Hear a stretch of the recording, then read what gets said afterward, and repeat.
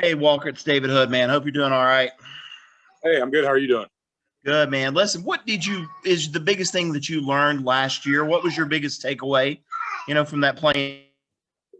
Ooh, probably be ready whenever your time comes and everything. That was the biggest thing for me being a backup as both of the tackle spots was I had to be ready for whatever, especially with COVID going on. You never know when some guy's going to test positive, when some guy's going to get injured. So really knowing the playbook and working on my craft, even as a backup and for that season, for the my freshman year and being ready for that and knowing how fast the game is, especially on game day, because, when you get out there, the adrenaline's pumping. All those guys have been waiting for this day. Everybody's flying around. So that was the biggest thing for me was learning how fast paced it really is and being ready and being able to react on time. Are you obviously? I know you're cross training in a lot of positions, but is there, one spot that maybe Coach Caldwell wants you to concentrate on this spring? Right now, it's kind of a battle of both the tackles and everything. So, I mean, I'm working both sides. It's whatever I perform better at, whatever we're more comfortable at. Move. It's still early. And so, I mean, we're working at it in the spring. We're going to work at it again in the fall. And there's no set information. There's no set starters right now. Every spot has to be earned going forward. So there's really no set, but I'm working back and forth at both tackles. And obviously the big conversation was maybe you would be a little bit light last year. I think you surprised people by how heavy you were when you reported. What are you, weight-wise right now? Where do you think you want to be when August comes around? Right now I'm about 300, 295. Weight fluctuates this time of year and pretty much every time of the year going around with the stuff that we do and running everything. Coming off of mat drills, definitely lost some weight, but I'm putting it back on.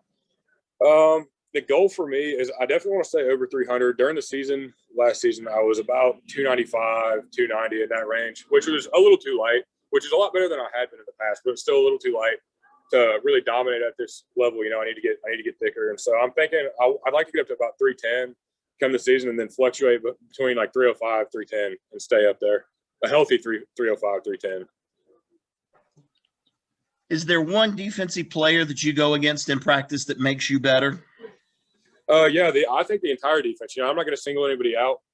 I think our entire defense attacks every single play. There's not one player that like really stands out above the other. I think our entire defense as a whole is a beast of a unit. And it's hard to go against every single day, and they will make you better no matter who you are.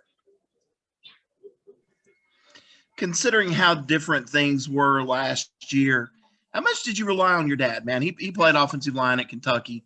How much did you come in at night and text him or call him and use him kind of as a sounding board? Yeah, definitely. No, my dad, my hero. My dad is definitely my biggest supporter, and he's the person that I fall back on too, because him and my mom are the people that I always have when things get rough, and this is a very hard lifestyle, and it's fun, but it has its ups and downs. So I definitely, my dad's been through it, so there's no better person to talk to than my own father. And I remember in fall camp, I talked to you guys. I was getting whooped for the first couple of weeks and everything. I was having a pretty hard time. I was struggling. Not only that, even during the season later on, as I started picking up, I'd always call him. I'd let him know how the day went. Tell him what I'm struggling with, what I'm working on. He'd send me motivation. He'd send me workout videos, things that I need to work on, things that he's seeing when he watches the film, and kind of breaking it down for me. So I rely on my dad, a ton. Like I said, my dad's my rock, so he's helped me a ton develop, and he's still going to help me as the years go on. I'm always going to fall back on him. Who is the leader of the offensive line right now? You lost Jackson Carman, you lose Cade Stewart, a couple of older guys. Who's kind of that voice now that everybody listens to? I'd say I'm trying to I'm trying to speak up a lot more. That's one of the things in the past that I needed to work on, because as a backup, I didn't really have the confidence to really step up. But that's one thing that I'm working on this spring is I'd like my voice to get out there. Bockhorst is definitely, I'd say, the most sole leader. As you guys know, he's a very vocal person. He'll speak his opinion. He's always telling us, right, wrong, good, bad. So, I mean, Bockhorst has definitely stepped into that role like he has been. He has been the leader for a long time because he's not afraid to voice his opinions and really, rip you when you need it, when you mess up. And so I think a lot of the younger guys look toward Bockhorst because he helps us a lot too. Like I said, I mean, I just came off a freshman season as a backup. He's helping me develop and everything because I got to get ready.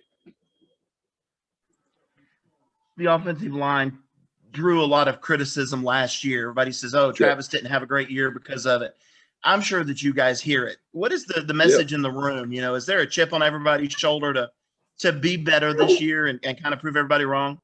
Yeah, no question. It's definitely very frustrating, but part of it is self-deserved. We didn't execute in many games. And some games that we didn't execute, I don't think that we deserved all the beatings that we took from people, but at the same time we did deserve a lot of the beatings that we did take because of our performance. And we didn't really give our teammates a fair opportunity from our performance because as you guys see, we weren't that dominant. So that's definitely something that we've been talking about and working on this year. It pisses me off and it pisses the other guys off too. And, one thing that I have to say to the fan base and everybody, because that's a big question in discussions. Everybody talks about the offensive line. We're out here every day. We live. If you guys saw how hard we work, I promise you one thing: we are trying, and we're not trying. We're going to develop, and we're going to be a lot better. The mindset has definitely changed. We're working more as a unit. And right now, like I said, it's still early. We're still developing and learning how to communicate with this new offensive line and developing. But I promise you one thing: that's not going to be a problem this year. You came in with Paul and Mitchell Mays. We've seen a guy move over from the defensive line. There's a lot of fresh faces over there. Do you guys, are you a tight knit group, and is it a group that's focused on, hey, we're going to do this together? You were out with Mitchell and Paul, even out in Dallas. Yep. And you guys, is it a tight knit group? Yeah, it's definitely a tight knit group. And so, like you said, we're out in Dallas. We went through camps together in high school. We kept up in high school and everything like that. And then we've been going through this for about a year now. Very tight group. I mean, we're up there every day. We'll text each other, hey, I'm going to get lunch at this time, because we all have different schedules. Meet up here, eat lunch together, do recovery together, practice together, live together. We do everything together. It's like a brotherhood. And, it's building because we're all still freshmen right now. And I mean, those guys are technically mid-years. They've been here a little bit longer. But we're working, and, it's really created a different bond and a different brotherhood lately. And it's still going to develop because we got a lot more time left. I'll put you on the spot with the last question. Give me one offensive lineman that's really going to surprise people this year. Hunter Rayburn. Tell me why. Dabo said the other night he's been working out at center and doing a great job. Yeah, I mean, I feel like Hunter didn't get a lot of the credit or maybe opportunity that he deserved last year. And, it's props to him because this spring, I know everything's hidden, but I mean, you guys will see during the spring game, you guys will see this fall. He's been working his butt off, absolutely working his butt off. And he's developed a ton. And he's a baller. He is a dude. And he's strong. He's one of the strongest dudes that we have. I mean, you guys see him. He's built like a freaking fridge. And, I think he's going to surprise a lot of people this season.